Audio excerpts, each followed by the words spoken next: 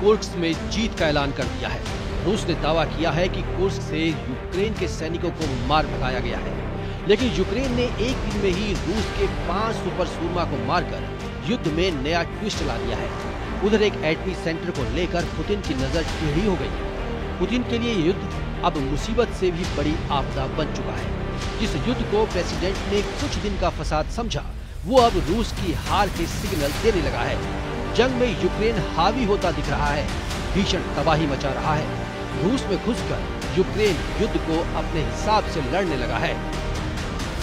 जैसे जैसे यूक्रेन रूस की जमीन पर बढ़त बना रहा है, वजह है रूस के हर हथियार की तबाही। यूक्रेन फोर्सेस ने रूस के सभी डिफेंस सिस्टम को कबाड़ बनाना शुरू कर दिया है। जिन सिस्टम के दम से रूस अब तक युद्ध में हावी था, उन्हें ही ज़ेलेंस्की आर्मी ने अब टारगेट पर ले लिया है। एक दिन में रूस के 5 डिफेंस सिस्टम का शिकार करने के बाद प्रेसिडेंट ज़ेलेंस्की ने कुर्स्क रीजन में वॉर को पूरी तरह पलट दिया। कुर्स्क की लड़ाई के लंबी खिंचने से रूस को यूक्रेन फ्रंट पर झटके पर झटका लग रहा है। तो क्या ज़ेलेंस्की जंग जीतने का हथियार बन चुका है?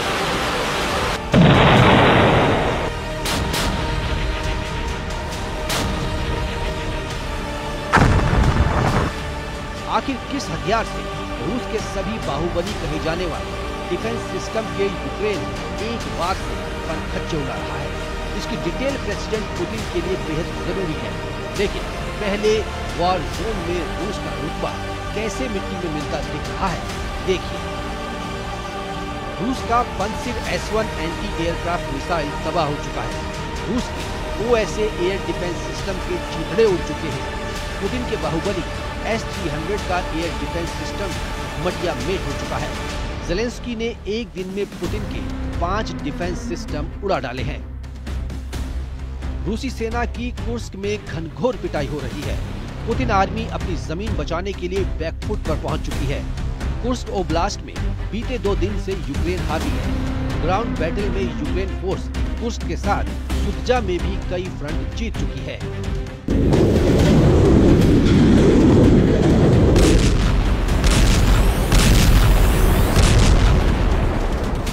अब यूक्रेन में रूस की सेना की पिटाई शुरू हो चुकी है। सुमी, खार्किव में यूक्रेन के ड्रोन हमलों से रूस के हथियार गोदाम तबाह हो गए हैं। कभी यूक्रेन का हिस्सा रहे क्राइमिया, जिस पर अब रूस का कब्जा है, उस बॉर्डर पर भी रूस की सेना सरेंडर करती दिख रही है।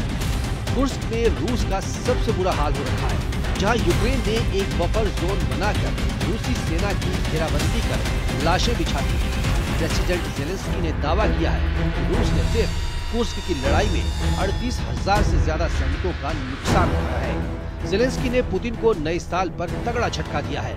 यूक्रेन का दावा है कि कुर्स्क ऑपरेशन शुरू होने के बाद से दुश्मन को सिर्फ इस क्षेत्र में ही 38,000 से ज्यादा सैनिकों का नुकसान उठाना पड़ा है, जिसमें लगभग 15,000 तो बहुत बड़ा नुकसान भी शामिल है।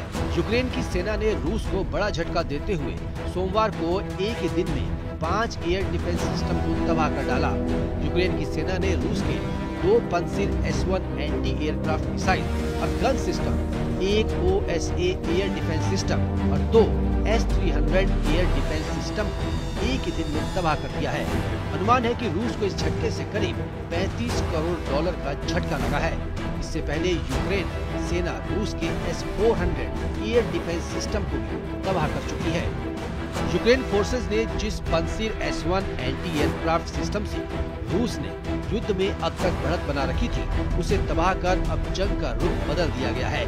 रूस के जिस लड़ाके को यूक्रेन ने बर्बाद किया, उसे प्रेसिडेंट पुतिन की सुरक्षा में भी तैनात रखा जाता है। पंसिर S-1 एंटी एयरक्राफ्ट मिसाइल और गन सिस्टम $2 करोड़ की कीमत वाला हथियार है। रूस इस सिस्टम को बेहद संवेदनशील इमारतों, महत्वपूर्ण संस्थानों, राष्ट्रीय मूल्य की जगहों और व्यक्तियों की हिफाजत के लिए करता है, जिसका असली नाम SA-22 ग्रेहाउंड है, लेकिन पेंट से इसका पॉपुलर नाम है। Self propelled anti air missile defence system medium range का हथियार है, जिसे कहीं भी ले जाया जा सकता है और कम दूरी तक फाइटर जेट, क्रूज मिसाइल और कई तरह के रॉकेट को मार गिराने के लिए इस्तेमाल करते हैं। पेंसिल की मदद से दुश्मनों के हमले को आसानी से रोका जा सकता है। रूस ने यूक्रेन युद्ध में पेंसिल सिस्टम को महत्वपूर्ण ठिकानों जैसे कैचर ब्रिज की सुरक्षा में भी लगा रखा है। क्राइमिया को रूस से जोड़ने वाले ब्रिज की अहमियत, ये डिफेंस सिस्टम की ताकत का अंदाजा लगाया जा सकता है। रूस जिस हथियार को अभेद्य मान रहा था, उसे यूक्रेन ने बारूदी धमाके से नेस्तनाबूद कर दिया। S-300 जैसे मिसाइल डिफेंस सिस्टम की भी धज्जियां उड़ रही हैं, जिससे पुतिन के हथियार गोदाम में डिफेंस सिस्टम की किल्लत हो गई है। मीडिया रिपोर्ट के मुताबिक रूस के पास इतने डिफेंस सिस्टम भी नहीं कि वो दूसरे देशों से किए गए वादों को पूरा कर पाए। इसका फायदा उठाकर यूक्रेन ने डोनेत्स्क, सुमी, खार्किव और जापोरिजिया की किलेबंदी कर दी है।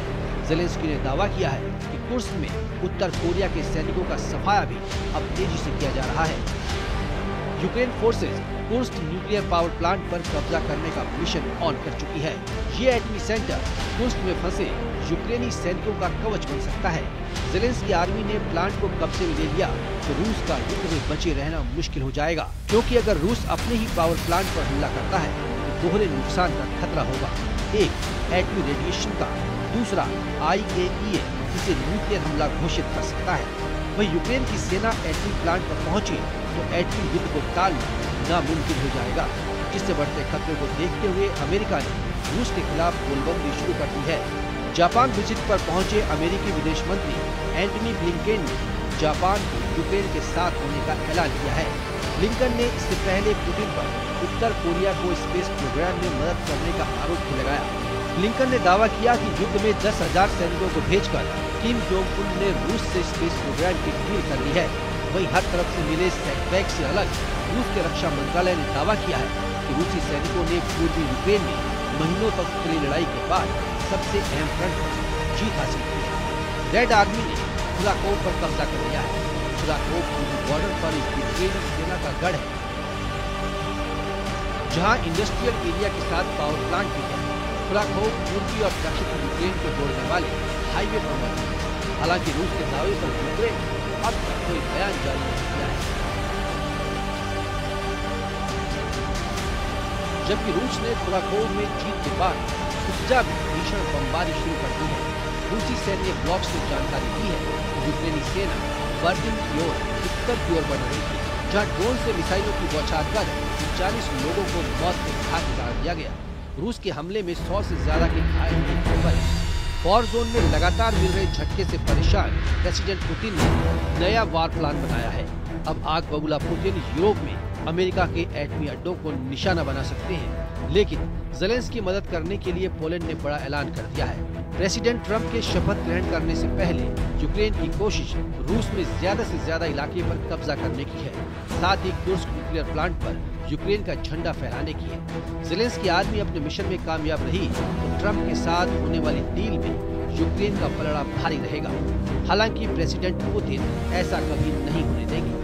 पुतिन आर्मी कैसा पलटवार करती है, ये देखना अभी बाकी है।